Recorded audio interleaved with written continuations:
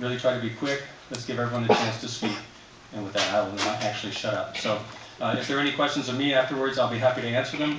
If it's just a comment you'd like to make, we'll so note that. So with that, who would like to speak? Gentleman right here. Hi, I've been a homeowner in Sunnyvale for 18 years. I've owned a small business in Sunnyvale for the last 3. I guess one of my concerns is seeing all of the unoccupied commercial space in Sunnyvale, making the environment more difficult for any kind of business to start up. Concerns me greatly. And the attached revenue chains of rent paying and taxes and all the other things, it just seems to me that restricting legal commerce by legislation in any way whatsoever, it's a particularly bad time to go down that route. Great, thank you very much. I guess my question would be, do you plan to include that in your study and see what the long-term economic impact of the entire supply chain for something like that would be? It's an economic study that's probably well beyond the scope of our ability and our budget. We will obviously have a discussion of what the impact, any economic impacts are to any decision that's made. That's a requirement of our report that goes to the council, so they have an understanding. I don't know if you can, I have no idea if you can make the same assumption that requiring a planning permit restricts commerce. I don't know if that's in fact the case versus no planning permit increases commerce, but we'll do everything we can to see what we can look into and find out. Well, increase and restriction is one thing. Another thing is simply making things more difficult. If someone has to go 2 miles away to Mountain View and can do the same thing, and they don't have to jump through additional hoops, they will. We totally understand. We as a city will lose out on the revenue. We do understand that, so we'll take that into account for sure. Who else?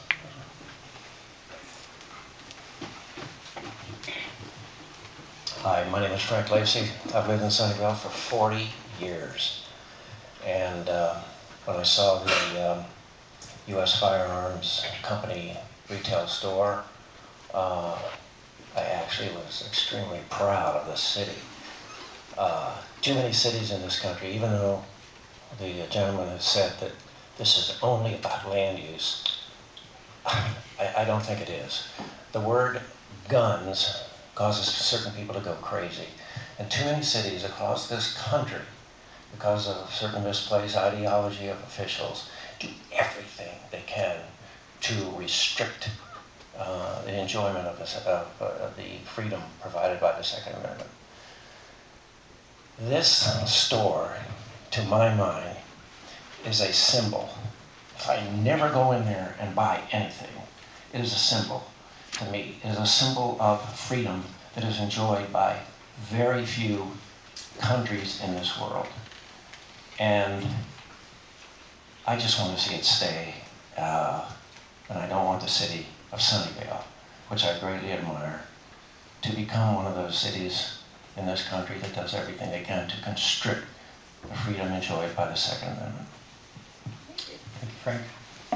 Next, right here.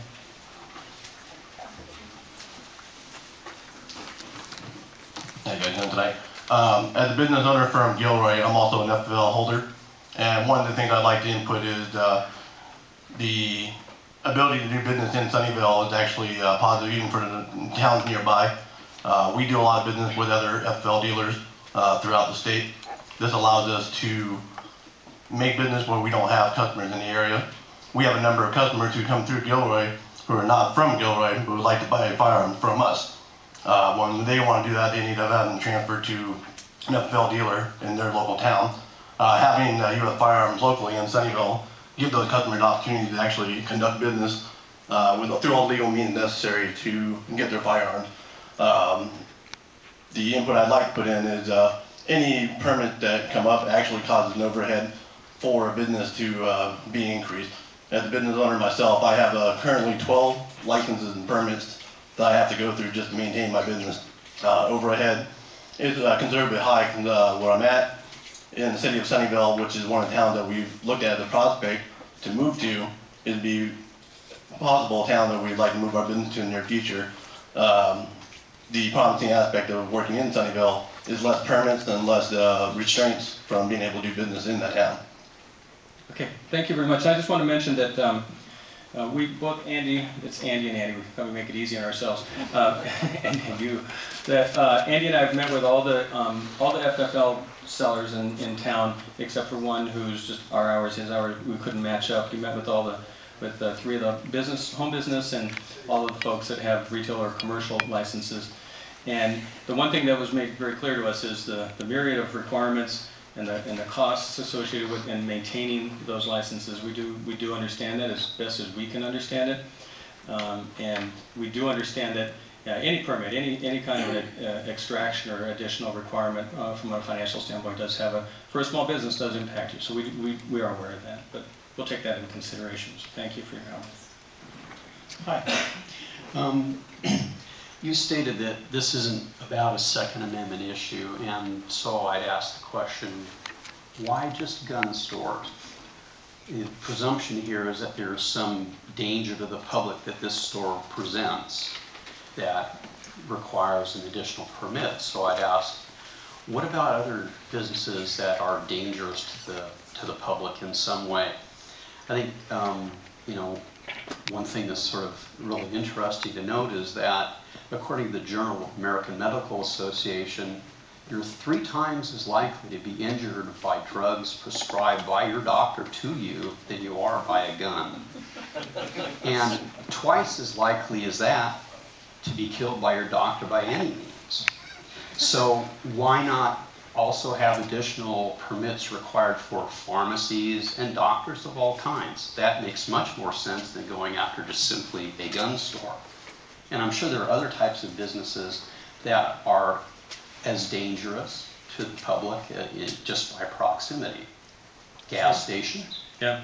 Well, thank you for your question. It's a good question, and there's no doubt that we are that one of the things we're looking at is and I'm sorry if I said just a land use permit. I'm not meaning disrespect or being flaky on this, but what can a planner, what can a city do that's any different than what the state and federal government does?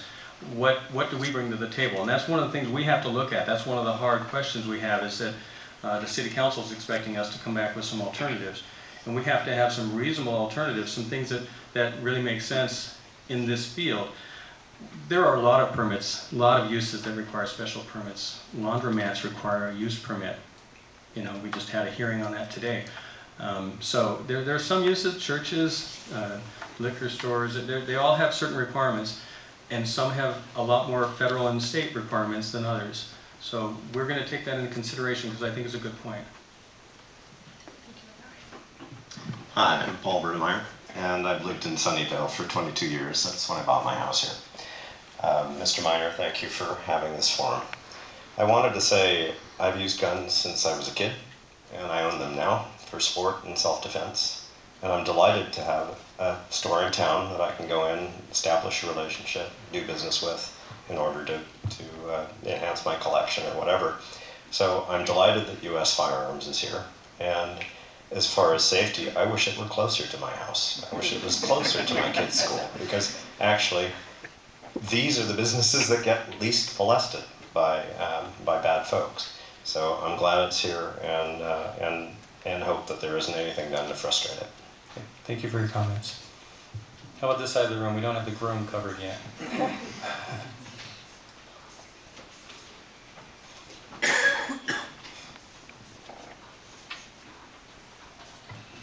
Hi, my name is Laura Cataletta, and I'm from Legal Community Against Violence. And we would suggest a 2-tiered approach, both a land use permit and a law enforcement permit. That way, the Planning Commission can have oversight into where the dealership would be located, and law enforcement would have an opportunity to be able to inspect the dealer's records and inventory and just make sure everything's being operated safely. As I think you mentioned, many other businesses have permits and have requirements that they need to follow. It's really a very minimal burden. It's important for public safety, and it's something that we would recommend the city do. This model, this 2-tiered approach, is what was upheld by the California Court of Appeals in the Souter case, the Lafayette Ordinance. So there's legal precedent for it. And in answer to the comment you made about federal and state law, federal law does require a firearms dealer to obtain a license, but ATF is only able to inspect dealers once every 10 years. So there's a license in place, but there's not a lot of oversight.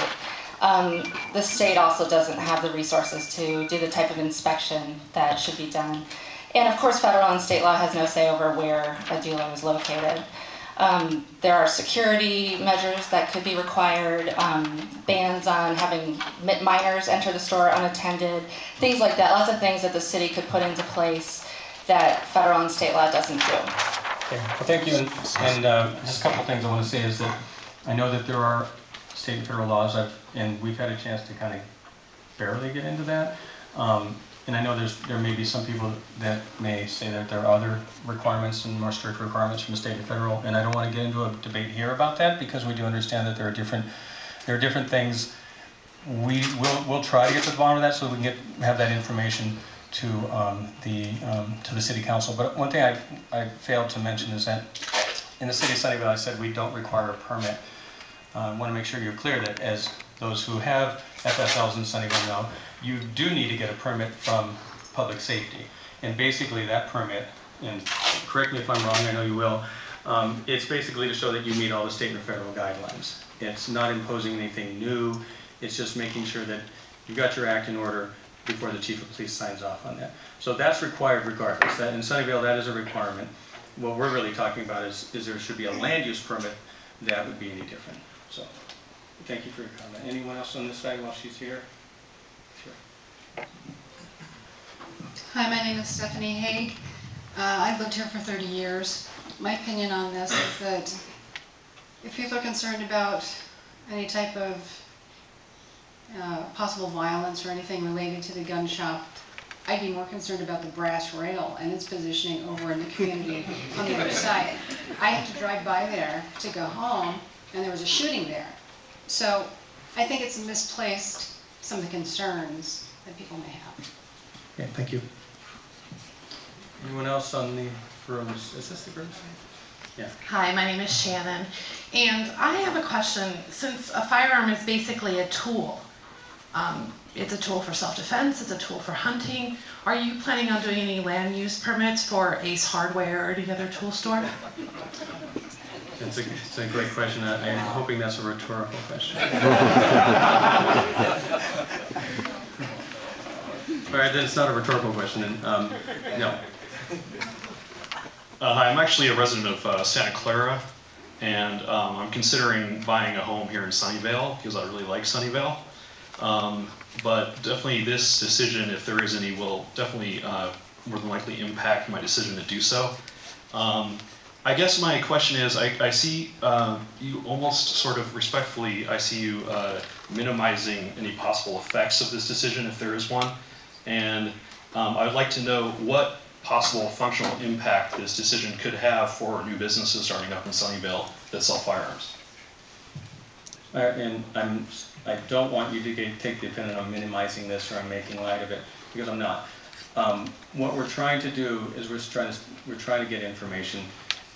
We don't think that, I mean, we know one of the things Sunnyvale prides itself in doing is having a very strong economic development group, and having, like when you want to get a building permit, you do it over the counter that day. These are the sort of things we're trying to do in order to stand up above our neighbors so that we can attract the kind of businesses and be successful and be prosperous. And so we do understand that that's kind of a core belief and understanding within the city of Sunnyvale.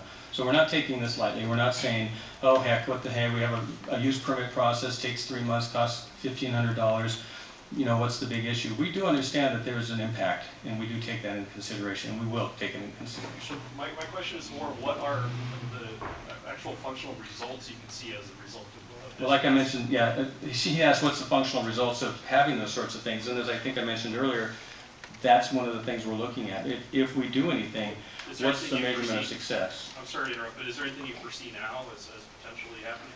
I can't, we're just starting on this. Okay. So, yeah, I'm not trying to evade you, but I'd be happy to have that discussion as we go a little further. I just wonder what the impetus is there. hang on, if we have time, we'll come back. Okay. Back here. My name is Mike Schrader, and a friend of mine is the owner of that store. When the meeting in October happened, when the concerned citizens were here, there was one person who was extremely concerned, and she was well versed in the litany of the things the anti-gun folks are after. Most of the folks were not particularly concerned when you talked to them. At that time, I offered, because I'm a firearms instructor, I'm certified by the State of California Department of Justice, Fish and Game, and the National Rifle Association. I train instructors to be instructors. And we do many, many things, and as the folks have told you here, the accidental use of firearms, which is sometimes lumped in with criminal, makes it so far down the list that there's more chance of a kid drowning in a 5-gallon bucket this end up in a pool than that. So when it came up, we discussed, and I offer safety courses, and we've had a number of armed robberies in Sunnyvale and Mountain View since then. I would address the same thing. I handed out packets to the then chief and every council member and staff, and indicated if they have any concerns about that, the place to address the issue of firearms violence, in addition with kids with safety. There's a simple avoidance program that tells them when you see a gun, stop, don't touch, leave it, tell them no, which we've never been able to market into a school, public schools, because they have the NRA name on it, so we get the NRA name off of it. The point about this is there a reason to move forward with it? And you said the council listed in their considerations as a reaction to concern for some citizens. And there have been various comments here from people that are comfortable with the thing. And what I talked to you on the phone about was, the reason you would do something like this, there was a quote brought back up that was in the paper from November about a teacher who was concerned about kids having to walk by. Now, I have a concern when I see kids walking by a strip club because I see people coming out. I have a concern about kids walking by something like Garden City in Santa Clara, where I see the people there and the drug deals going on like that.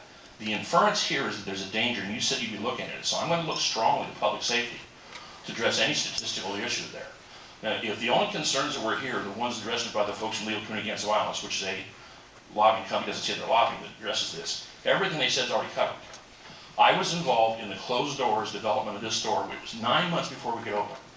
Every store I know of, because in the process of doing classes, I hit every store in the area. Every one of them has received at least one ATF inspection a year. Everyone's received at least one DOJ inspection a year. Law enforcement Sunnyvale has been in 3 times. The suggestion was, from hearing it, that nobody comes and inspects you. That's, of course, absurd. Discussions were with planning, with public safety and others. Is this the right place for security? Are these the right bars? Is this the right sign? All of these things were addressed. If the list that she read off those items were there, they've already been met. Okay, Kids can't come in a company. So my concern is that you move forward based on some new discovery, not just because somebody said something you want to look at. Okay. I'm not entirely sure why we're doing it. Thank you for your input. Got to keep it short, and I also don't want to have this back and forth. We need to stay on topic, and please, again, you may have disagreements. We'll look into each of it. We really will. Yes. Hi, my name is Kevin Coleman. I'm one of the FFL dealers here in the City of Sunnyvale in regards to this, one of the home dealers. I had a question, in regards to licensing. I also have to have the resale license, all the state license, federal license, and so forth, a permit here. But I also have to have a city business license. Now, wasn't land use taken into consideration when you applied for a city business license? Yeah, it's a good question. We do have land use as a part of a home occupation. Whenever you do home occupation in our zoning code, there are certain standards that you have to meet in order to make sure that you meet those standards. The bottom line of what you're trying to do with home occupation is you don't want to change the character of the neighborhood. You want the neighborhood to suddenly become one of the houses become a commercial establishment. So the goal is that whatever you have, it doesn't increase traffic. You're not having something happening there that could be disruptive to the neighbors.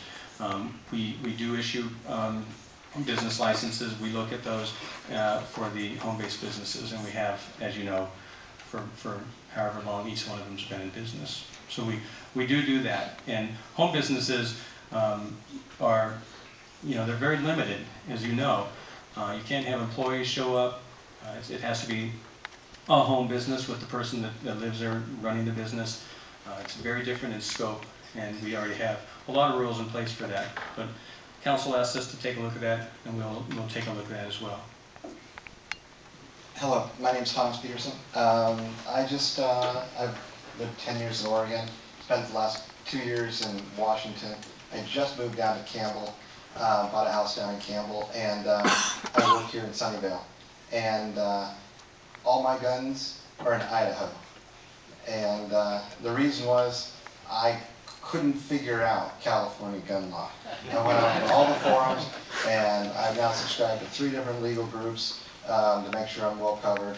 And I just wanted to share that one of the greatest resources for any firearms owner or anyone interested in self-defense, women, minorities, new folks, whatever, is the gun store on the corner. And it's a huge value. I went in there in Campbell and said, hey, how does this work?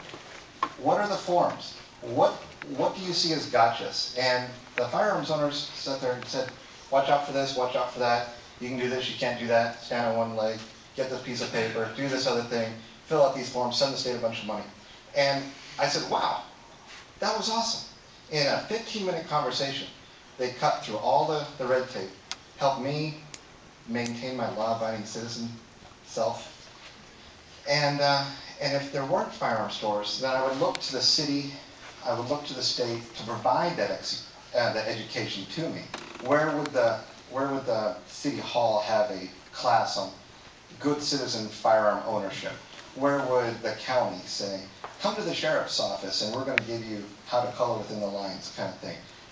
So I just wanted to talk and express the value of the community services they provide in educating new folks like myself. I've never been so stunned at all the legal issues that surround this, and these guys provide a great service, so thank you.